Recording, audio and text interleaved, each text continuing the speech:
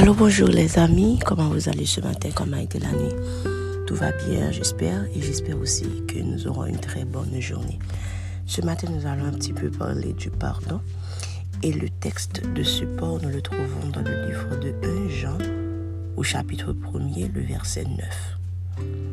Si nous confessons nos péchés, il est fidèle et juste pour nous les pardonner et pour nous purifier de toute iniquité. Depuis quelque temps déjà, nous parlons de la foi, mais nous avons parlé en d'autres termes de la foi pour obtenir ce dont nous avons besoin de la part du Seigneur. Mais bizarrement ce matin, le Saint-Esprit m'a fait comprendre que même pour recevoir le pardon de la part de Dieu, il faut la foi. Alors, ce que je viens de vous lire, il est question de si nous confessons, il pardonne. En fait, c'est facile à dire. Quand tu lis ça, c'est facile. Mais parfois, quand on confesse, il y a ce qu'on appelle aussi l'esprit de culpabilité qui nous fait comprendre que Dieu ne pardonne pas, qui nous fait comprendre après avoir demandé pardon que nous sommes tout aussi sales que nous l'avions été avant d'avoir demandé pardon. Ce matin, le Seigneur vous dit que pour recevoir le pardon de sa part, il faut tout aussi bien que nous ayons la foi. En aller. Qui ça nous a dit la dernière fois de la foi? En fait, je n'avais pas dit ça dans le podcast, mais pour ceux qui reçoivent directement de moi, j'avais pris en référence le verset de Hébreux, chapitre 11, le verset 1er.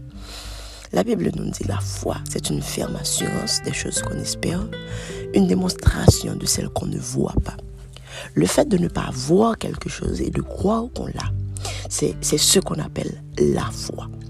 Quand tu as fait quelque chose habituellement, tu sais que tu as péché. C'était visible, tu as commis l'acte. Et parfois, tu pêches et tu es le seul à être au courant. Il y a toi, il y a le diable aussi, et il y a le Seigneur qui sait que tu as péché.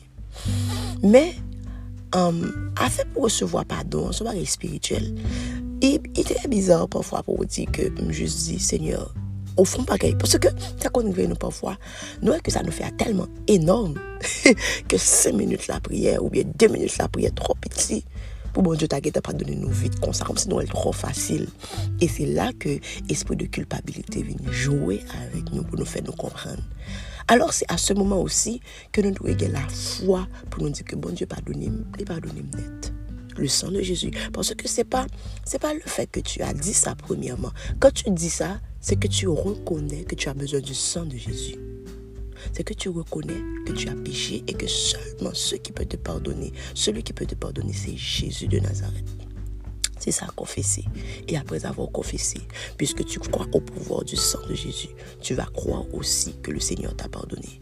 Le bon Dieu pardonne nous, Timon, il pardonne nous net, il finit avec ça. La Bible dit nous que autant les cieux sont élevés au-dessus de la terre, autant le Seigneur éloigne de nous nos transgressions. Et le Seigneur, quelque part dans la Bible, a dit que quand il pardonne, il oublie. Il est le seul à pouvoir faire ça aussi bien.